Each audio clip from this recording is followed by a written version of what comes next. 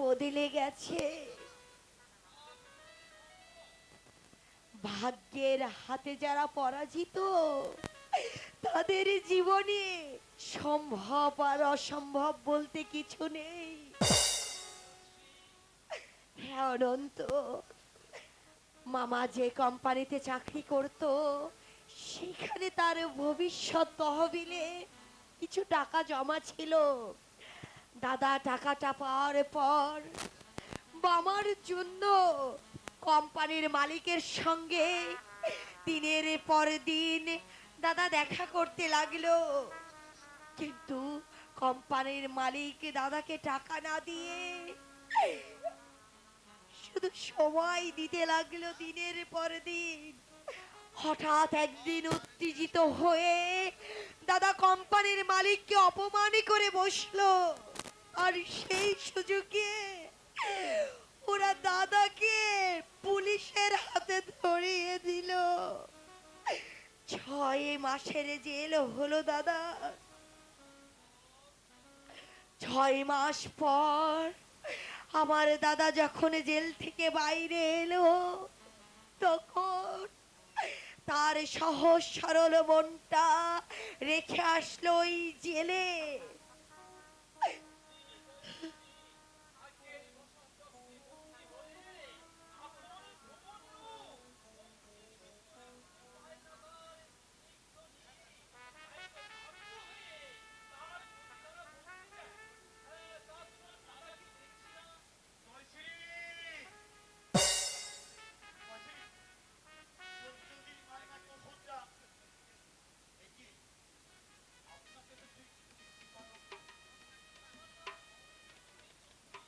হ্যাঁ দাদা, যার কথা বলেছিলাম এই সেই অনন্ত। তোরা কথা বল, আমি মামিমাকে ওষুধটা খাইয়ে দিয়ে আসছি।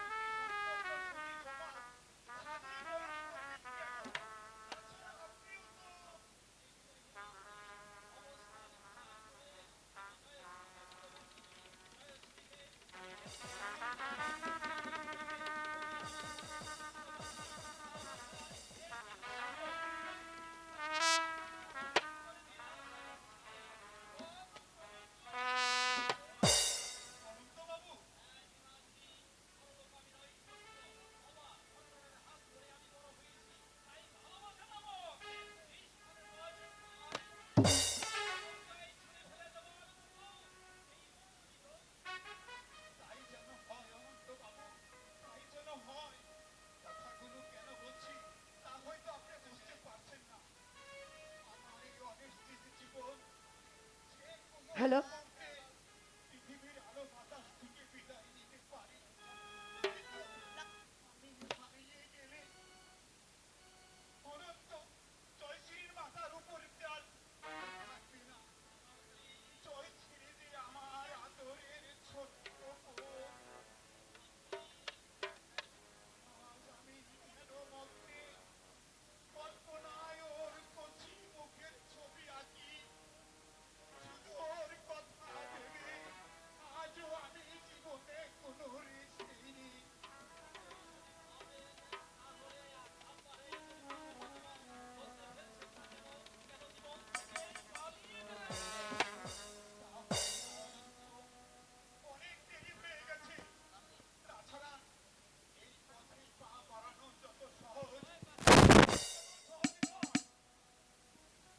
কেন দাদাকে শুধু শুধু জ্ঞান দিচ্ছ?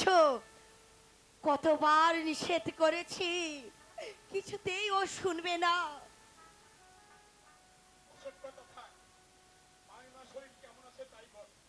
আগের মতোই। এই তো এলে, মামিমার সঙ্গে একটু দেখা করেও যাবে না?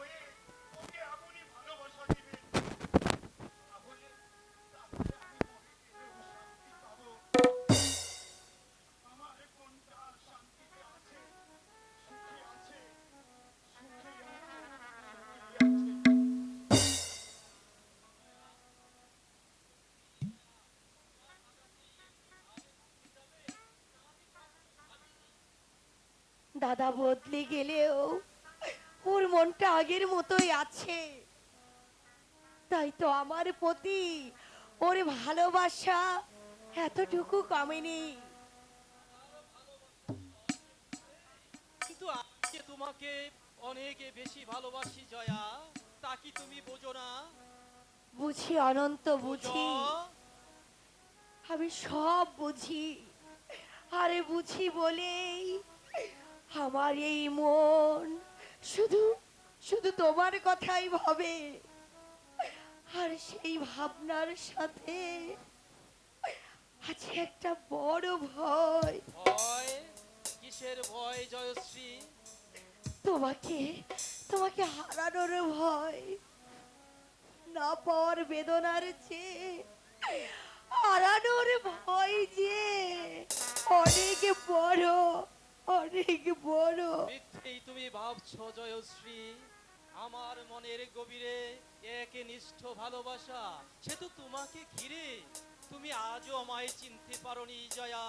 আমার দু চোখে মুদির কটাক্ষে ভালোবাসার আলপনায় আঁকা যে ছবি রয়েছে, সে তো তোমার। তুমি তা দেখতে পাওনি। অনন্ত, হ্যাঁ জয়শ্রী, তুমি আমার ধ্যানের ছবি, বেঁচে থাকার প্রেরণা, জীবনের পথে চলার সাথী, অনুভবের অনুকম্পা। অনন্ত, হ্যাঁ জয়শ্রী।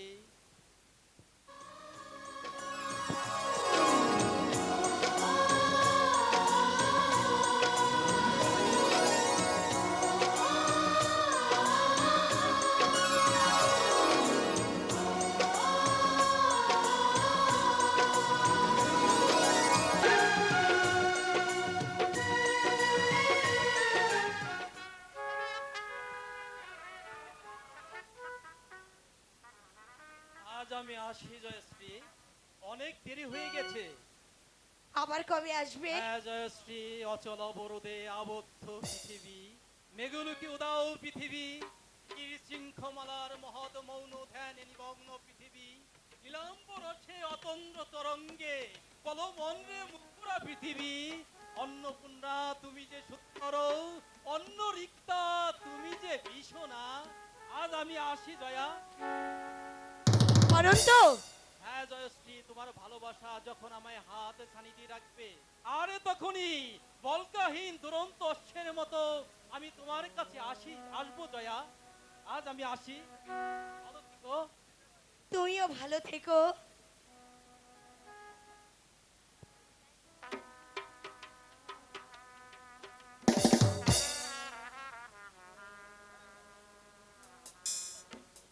কি করে ভালো থাকবে মা?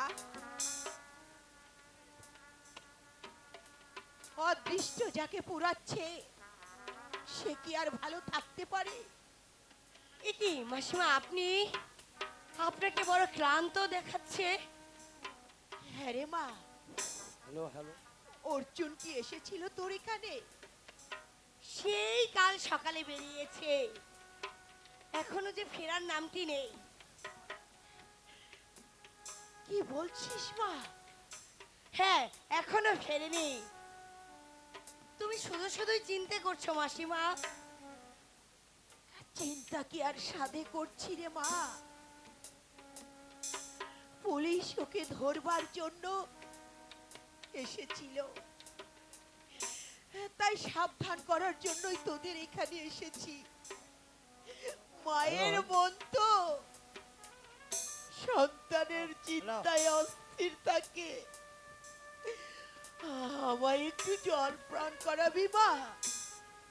আমার আমার বড্ড তৃষ্ণা পেয়েছে।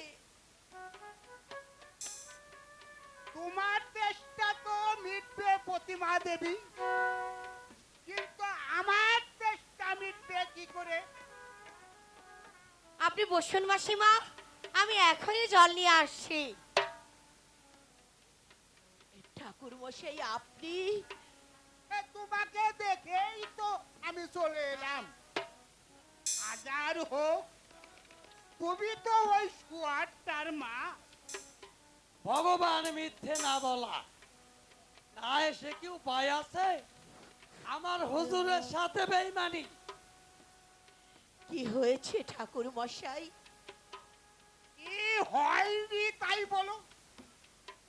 আমার সাথে ঠকবাজি,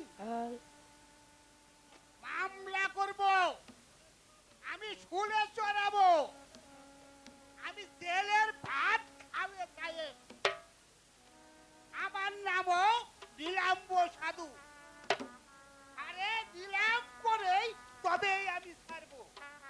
ভগবান মিথ্যে না বলা, এই দেশের বড় বড় লোকের সাথে আমার হুজুরের উঠা বসা। আরে থানার পুলিশ পর্যন্ত আমার হুজুরকে সমূহ করে, আর সেখানে একটা উঠতি মাস্তান। ঠাকুর মশাই, অর্জুন আমার ছেলে মানুষ, ওর বয়সটাও কম। ও যদি কোনো ভুল করেই থাকে, তাই বলে ওকে? আরে ঝাঁটা মেরে বিদায় করব, এই তো। আমি বিশ্বাস করি না, আমি তোমার কোনো কথাই বিশ্বাস করি না। তোমার আস্কারা পেয়েই তো ওই বেজর বাকুলোটা এত কিছু করছে। ছি ঠাকুর মশাই, ছি! এসব আপনি কি বলছেন? কেন? আর গায়ে লাগছে বুঝি? এই সত্যি কথা বললে গায়ে তো একটু লাগবেই। কেন, তুমি কি অস্বীকার করতে পারো? ওই লাওয়ারিসটাকে তুমি রাস্তা থেকে তুলে আনোনি? চুপ করুন ঠাকুর মশাই, আপনি চুপ করুন। আমি আমি যে আর শুনতে পারছি না। আরে কেন আমি চুপ করবো? আর তোমার ভয়ে? তুমি যদি ওই হারামজাদাকে তুলে না আনতে, তবে আজকের এই সমাজে এত বড় অভিশাপ তৈরি হতো না। শান্ত হন ঠাকুর মশাই, আপনি শান্ত হন। দয়া করে আর বলবেন না। অর্জুন যদি কিছু করেই থাকে, আমি আমি আপনাকে কথা দিচ্ছি, যেমন করেই হোক আমি তার ক্ষতিপূরণ করব। আরে কি ক্ষতিপূরণ করবে তুমি? আমি ওকে সহজে ছাড়বো ভেবেছো? ও যেমনি ধাপ্পা দিয়ে ওই সোনার বালা টুটু ছিনিয়ে নিয়ে গেছে, আমিও তেমনি করে আমি প্রতিশোধ নিব। আমি থানায় যাচ্ছি। মাথা গরম করবেন না ঠাকুর মশাই, মাথা গরম করবেন না। একটু শান্ত হন, আমার কথা শুনুন। আমি শুনবো না।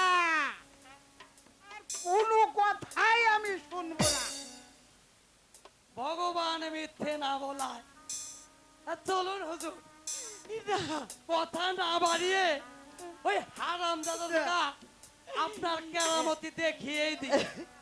বাসাধন এইবার বুঝবে কত ধানে কত চাল। ঠাকুর মশাই, আমি আমি আপনার কাছে হাত জোড় করে মিনতি করছি, এবারের মতো কি আপনি ক্ষমা করে দিন। আমাকে আটকাতে পারবে না, থানায় আমি যাবই। ওই সব মাস্তানকে কি করে শাস্ত করতে হয় তা নীলাম্ব সাধু ও ভালো করেই জানে। চলো চলো নীলা। ঠাকুর মশাই, যাবেন না ঠাকুর মশাই, আরে, দুহাই যাবো। দুহাই ঠাকুর মশাই, যাবেন না, দুহাই থানায় আমি লাগে। যাবো, আর তেল আমি বের করে দুহাই খাই। লাগে ঠাকুর মশাই, ভগবান আপনারা মিথ্যে না বলা, আমি দিদাম না। যাবেন না ঠাকুর মশাই, নাম বসু। আপনারা যাবেন না।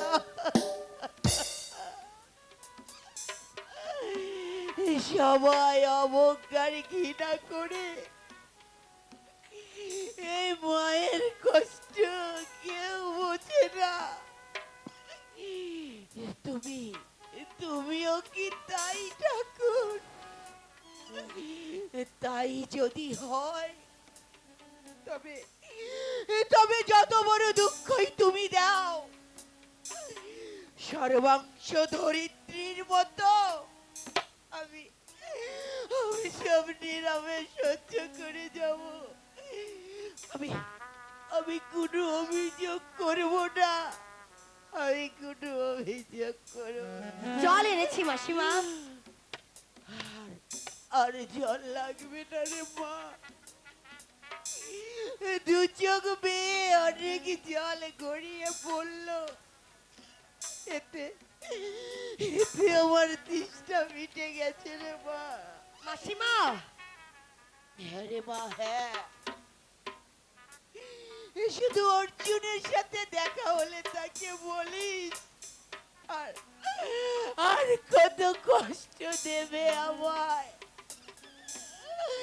আমার এই কান্নার শেষ কি কোনদিন হবে না রে মা, কোনদিন হবে না, কোনদিন না। নিশ্চয়ই ওই শয়তান দুটো না মাসিমাকে কিছু বলেছে। কবে যে এদের অত্যাচার বন্ধ হবে তা তুমিই জানো ঠাকুর, তা তুমিই জানো।